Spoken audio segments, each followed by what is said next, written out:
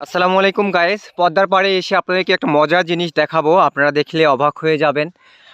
যে যারা অনেকেই মনে হয় এই জিনিসটা দেখেন নাই। আমি পদ্মার পাড়ের এই দৃশ্যটা হচ্ছে অনেক আগে আমি ইউটিউবে দেখেছি, বাট নিজের চোখে কখনো দেখা হয়নি। তো আমি আপনাদেরকে দেখাবো। দেখেন কত নিচু থেকে আমি উপরে উঠে যাচ্ছি। মানে কি, মানে অনেক অনেক কষ্ট হচ্ছে, তারপরেও যাচ্ছি। এগুলান যেটা দেখাবো আপনাদেরকে, অনেক অনেক সুন্দর একটি দৃশ্য। এই যে দেখেন, এইটা কি বলেন? এইটা হচ্ছে পাখির বাসা। এগুলা কিন্তু পদ্মার পাড়ে অনেক অনেক আছে।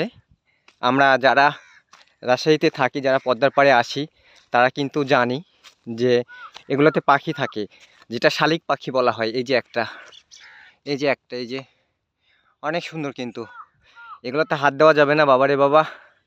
যদি কোনো সাপ পোকামাকড় থাকে তাহলে তো শেষ। এই যে দেখেন, ভিতর পর্যন্ত কিন্তু আছে। এইটা একটা, আরও তো এই সাইডে আছেই। এই যে একটা, ভিতরে দেখা যাচ্ছে না, একদম পাখির বাসা, মানে শালিক পাখি। হ্যাঁ, আর এইখান থেকে দেখাই আমি। এই যে পদ্মা, আমাদের রাজশাহী পদ্মা অনেক অনেক সুন্দর। এই যে নৌকাটাও কিন্তু অনেক সুন্দর লাগছে, অনেক পাখি, খুব সুন্দর দৃশ্য কিন্তু। ঠিক আছে, যারা রাজশাহীতে আসবেন তারা পদ্মার চরে আসার চেষ্টা করবেন, এই সুন্দর মনোরম দৃশ্য দেখার চেষ্টা করবেন। সো সবাই ভালো থাকবেন।